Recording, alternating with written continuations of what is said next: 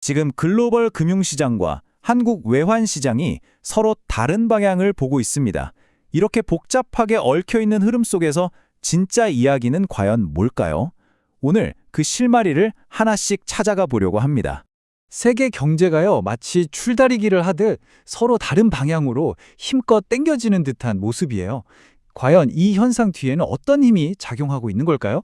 오늘 그 답을 한번 같이 찾아보시죠. 좋습니다. 그럼 먼저 가장 큰 그림부터 한번 보죠. 글로벌 금융시장의 전체적인 온도부터 재보겠습니다. 지금 시장 분위기는 과연 뜨거울까요? 아니면 차가울까요? 자, 올해 초부터 시장 전반에는 꽤 따뜻한 바람이 불고 있어요. 그 이유는 아주 명확합니다. 전 세계 주요 기업들이 말이죠. 예상을 훌쩍 뛰어넘는 아주 탄탄한 실적을 계속 발표하고 있거든요. 이러니 투자자들 마음도 놓이는 거죠. 이게 바로 지금 시장을 딱 받쳐주고 있는 가장 기본적인 힘입니다. 그런데 여기서 첫 번째 궁금증이 생깁니다. 모두가 좋다고 하는 이 시장 분위기 속에서 이상하게도 세계의 기준이 되는 미국 달러만 힘을 잃고 있다는 사실이에요. 강조, 이건 그냥 단순한 현상이 아닙니다. 거대한 자금 흐름에 변화가 시작되고 있다는 아주 강력한 신호일 수 있거든요. 그럼 이제 시야를 조금 더 넓혀볼까요? 숲 전체를 보게 되면 선진국과 신흥국이라는 두 갈래의 길이 아주 뚜렷하게 보이기 시작합니다. 이 둘은 지금 전혀 다른 풍경을 보면서 걷고 있어요. 선진국 시장은요, 탄탄한 기업 실적, 그리고 정부의 적극적인 부양책이라는 두 개의 엔진을 달고 순조롭게 나아가고 있습니다. 하지만 신흥국 시장은 이야기가 완전히 달라요.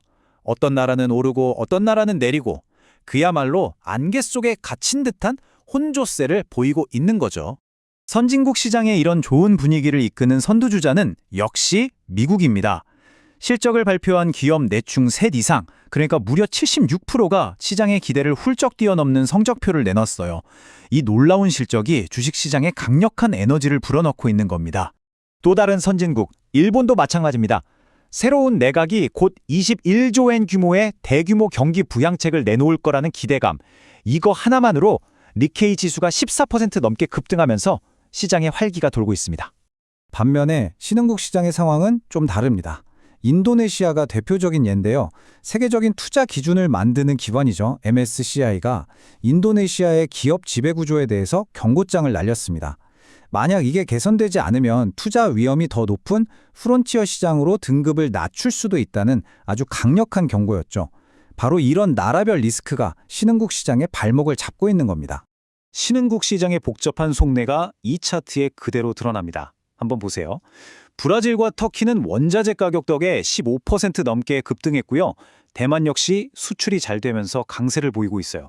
그런데 바로 옆을 보면 인도와 인도네시아는 내부 문제로 마이너스를 기록하고 있죠. 완전히 딴판입니다. 여기서 가장 중요한 교훈은 바로 이겁니다. 이제 신흥국이라는 한 단어로 이 모든 시장을 똑같이 봐서는 안 된다는 것. 각 나라마다 정말 전혀 다른 이야기가 펼쳐지고 있습니다. 자, 그렇다면 이런 글로벌 시장의 거대한 흐름이 우리나라, 특히 한국 외환 시장에는 어떤 영향을 주고 있을까요? 이제부터는 우리 시장 안으로 깊숙이 한번 들어와 보겠습니다. 지금 보시는 게 우리 외환 시장의 심장박동 그래프라고 할 수 있습니다. 원달러 환율이 안정적인 흐름을 찾지 못하고 마치 롤러코스터처럼 짧은 기간에 큰 폭으로 위아래로 흔들리고 있죠. 바로 이 예측 불가능한 변동성이 현재 우리 시장을 설명하는 가장 중요한 키워드입니다. 그러면 도대체 왜 이렇게 불안정하게 움직이는 걸까요? 두 가지 상반된 힘이 서로 꽝 하고 부딪히고 있기 때문입니다. 밖에서는 전 세계적인 달러 약세가 원화 가치를 위로 밀어 올리려고 하고요. 안에서는 우리 개인 투자자들이 해외 주식을 사려고 달러를 계속 사들이면서 원화 가치를 아래로 끌어내리고 있습니다. 이 두 힘의 팽팽한 줄다리기가 변동성을 키우고 있는 거죠. 개인 투자자들의 해외 투자, 그 열기가 어느 정도인지 이 숫자가 딱 보여줍니다. 단 한 달 동안에요. 무려 48억 달러. 우리 돈으로 5조 원이 훌쩍 넘는 어마어마한 돈이 해외 주식시장으로 나갔습니다.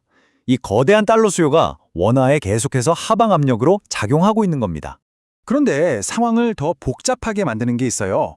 달러를 사려는 수요는 이렇게 폭발적으로 늘어나는데 정작 우리나라로 들어오는 달러 공급은 오히려 줄고 있다는 점입니다. 바로 외국인 투자자들의 자금 이입 속도가 눈에 띄게 느려지고 있거든요. 이 그래프를 보시면 그 변화가 명확하게 보입니다. 안정적인 채권 시장에는 외국인 자금이 꾸준히 들어오고는 있어요. 하지만 주식시장은 분위기가 좀 다릅니다. 그동안 주가가 많이 올랐다고 생각한 외국인들이 차익 실현을 위해서 주식을 팔면서 X는 잦으면 오히려 돈이 빠져나간 거죠. 그 결과 전체적으로 우리나라에 들어오는 달러 유입량이 크게 줄어들었습니다. 글로벌 시장의 엇갈린 흐름부터 국내 외환 시장의 흔들림까지 우리는 지금 이 거대한 변화의 한가운데 서 있습니다. 그렇다면 이 모든 퍼즐 조각을 맞췄을 때 우리 눈앞에 나타나는 그림은 과연 무엇일까요? 가장 중요한 핵심만 짚어보겠습니다. 오늘 이야기의 핵심을 딱 정리해 볼게요.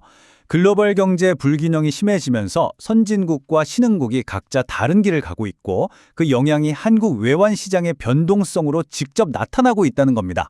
여기에 국내외 자본 흐름의 변화라는 변수까지 더해지면서 불확실성이 더 커지고 있는 상황이죠. 이처럼 모든 것이 제각각 움직이는 불균형의 시대. 그렇다면 우리는 이 안개 속에서 길을 잃지 않으려면 다음엔 어떤 신호등을 눈여겨봐야 할까요? 호흡법. 바로 이 질문에 대한 답을 고민해 보는 것. 그게 지금 우리에게 주어진 가장 중요한 과제일 겁니다.